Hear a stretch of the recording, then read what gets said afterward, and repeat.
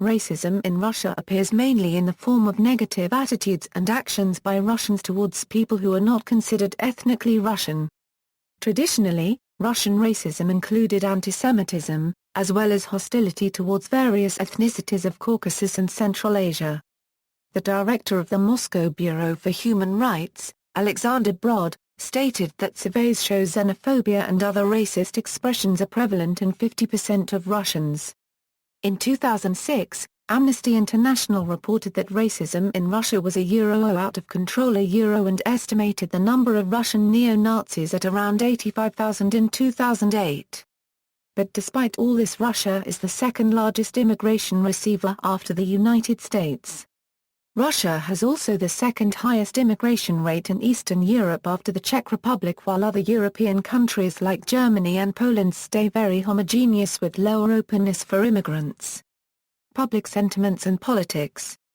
On April 20, 2011, Konstantin Poltaranin, spokesman for Federal Migratory Service, was fired after saying the a survival of the white race was at stake on October 24, 2013. Speaking during the Poedinok program on the Russia 1 television channel, the leader of Russia's extreme nationalist Liberal Democratic Party of Russia, Vladimir Zhirinovsky, known for his headline-grabbing outbursts, called for imposing limits on the birth rate in the Muslim-dominated North Caucasus region of Russia, and restricting the movement of people from that region across the country.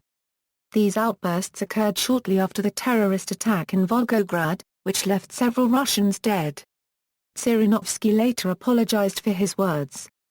During the program, there was a live population poll conducted via text messaging and internet. Zhirinovsky won that popular vote, with over 140,000 Russians voting in favor of him. Racism by targeted group, Africans. Attitude towards African people were generally neutral during the Soviet Union, because of its internationalist agenda. As a part of its support of decolonization of Africa, the Soviet Union offered free education for citizens of African states. African students were placed in many higher education institutions throughout the country, most famously at People's Friendship University of Russia, then known as the Patrice Lumumba People's Friendship University, after the Congolese revolutionary and prime minister. In recent survey, Moscow Protestant chaplaincy found that over half of Africans in Moscow had been physically attacked in the past. Attacks in Moscow metro are common, and oe monkey insults are so frequent that students have ceased reporting them. In 2010, Jean Sagbo became the first black man in Russia to be elected to government. He is a municipal councillor in the village of Novotsavidovo, 100 kilometers north of Moscow. Peoples of the Caucasus. In Russia, the word Caucasian is a collective term referring to anyone descended from the native ethnicities of the Caucasus. In Russian slang, Caucasian peoples fall into the category of black, despite the fact that almost all of them are white-skinned Europeans. This name-calling comes from their darker features. Since the dissolution of the Soviet Union, the rise of the Muslim population in Russia and the Second Chechen War, many Russian radical nationalists have associated Islam and Muslims with terrorism and domestic crimes. On April 21, 2001, there was a pogrom in the markets in Moscow's Yasenevo district against merchants from the Caucasus. Racially motivated attacks against Armenians in Russia have grown so common that the president of Armenia, Robert Kosharian, raised the issue with high-ranking Russian officials. In September 2006, major ethnic tensions between Russians and Caucasians took place in Kondopoga. In 2006, the crisis in Georgia-Russia relations resulted in the deportation of Georgians from Russia. Russian side explained the process as law enforcement towards illegal immigrants, whereas the Georgian government accused Russia of ethnic cleansing. In December 2010, there was a massive outbreak of hostility towards Caucasians, culminating in nationalist protests at Manizhnaya Square in Moscow and in other cities. The trigger was the murder of Igor Sviridov, a Russian Association football fan, in a street fight on December 6. On December 11, thousands of nationalist rioters, outside the Moscow Kremlin building, screamed racist slogans, cried for AA-OE Russia for Russiantsa Euro and AA-OE Moscow for Muscovites, attacked Caucasians and other minority groups who passed by, and some including children as young as 14 made the Nazi salute. The next day, a similar riot was held in Rostov-on-Don, and afterwards, the city's government banned Caucasians from performing lezginka, their traditional dance, in the city.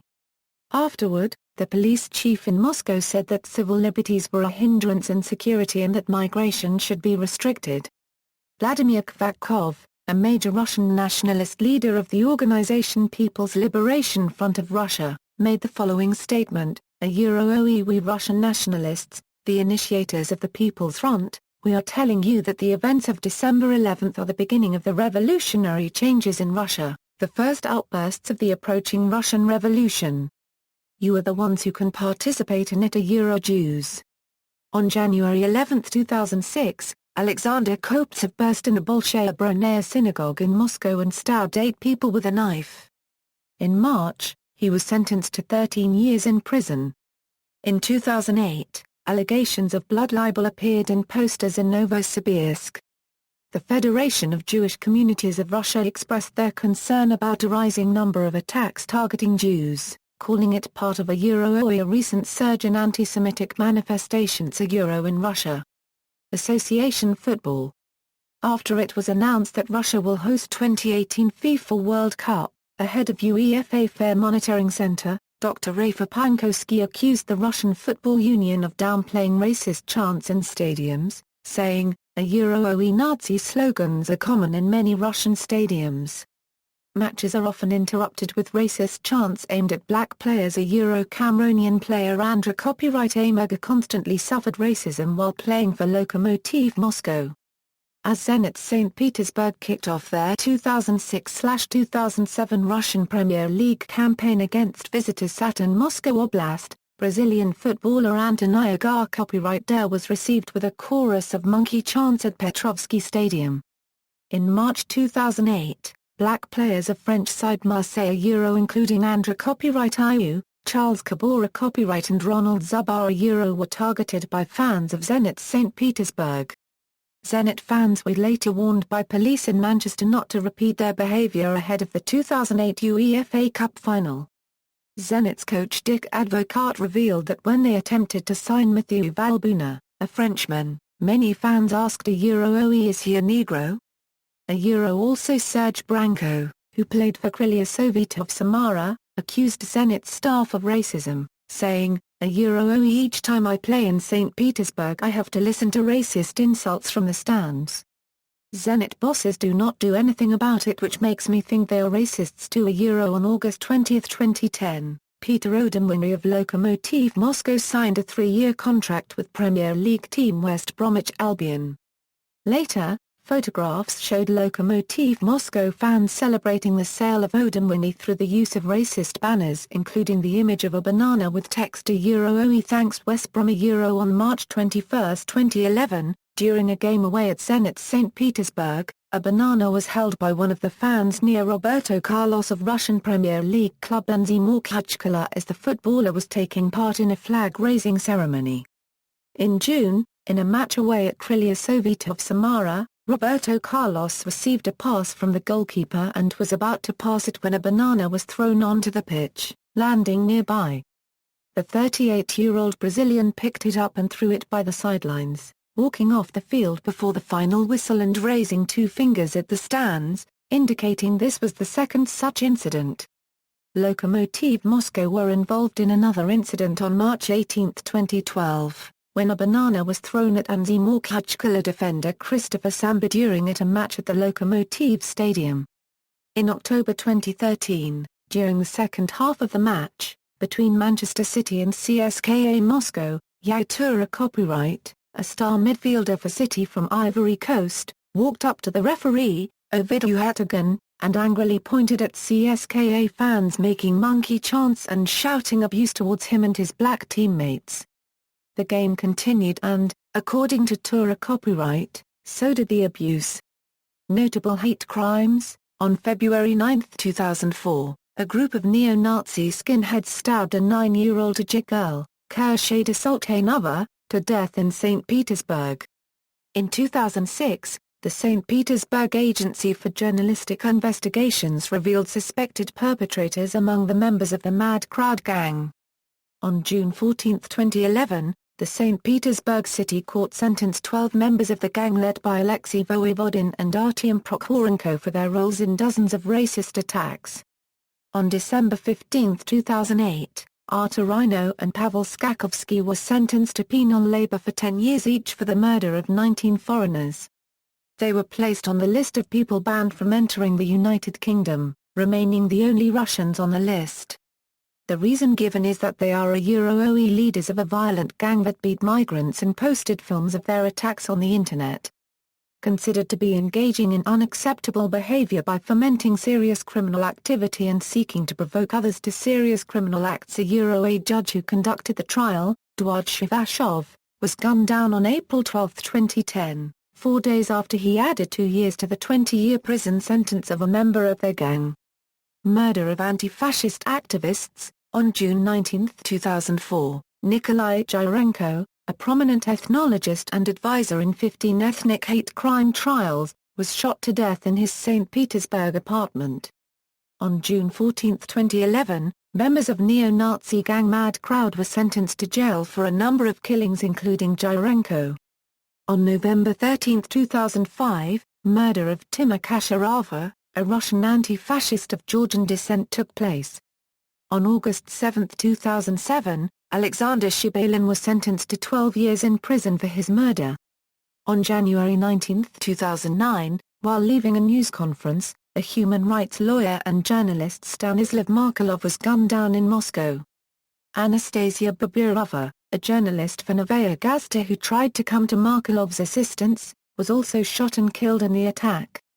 On May 6, 2011, the court sentenced 2 radical nationalists, Nikita Tikhonov and his girlfriend Yevgenia Cassis, to life imprisonment and 18 years in prison, respectively. On November 16, 2009, Ivan Kitolskoy, former punk singer and head of security for anti-fascist shows, was killed in a suburb of Moscow. He was known for organizing self-defense classes for anti-fascist individuals and providing security at press conferences of Stanislav Markelov. Cherkizovsky Market bombing. On August 21, 2006, a homie-made bomb exploded in Moscow at the Cherkizovsky Market, which is frequented by foreign merchants. On May 15, 2008, 8 people of Russian radical nationalist organization The Savior were found guilty for their roles in the attack that left 14 dead. Simeon Charny from the Moscow Bureau for Human Rights says, the fact that this case found its way to court, and the example of people sentenced to life for the Shukhaitsevo market blast shows that we are moving in the right direction. But there's still a lot to do. Execution of Tajik and Jestani. Execution A of Tajik and Jestani. Is a video clip which was distributed in the Russian segment of the Internet in August 2007, that depicted beheading of a Tajik and Jestani immigrants by Russian neo-Nazis.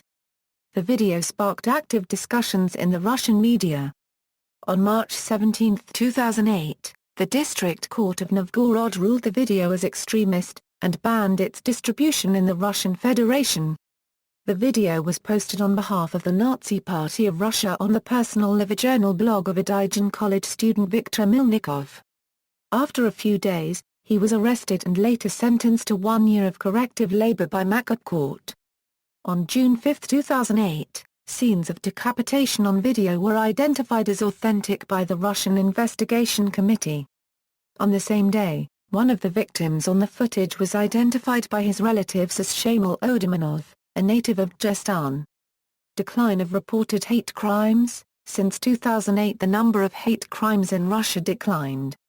The main outcome of 2009 was a clear reduction in the number of victims of racist and neo-Nazi motivated violence for the first time in 6 years of observation conducted by SOVA Center.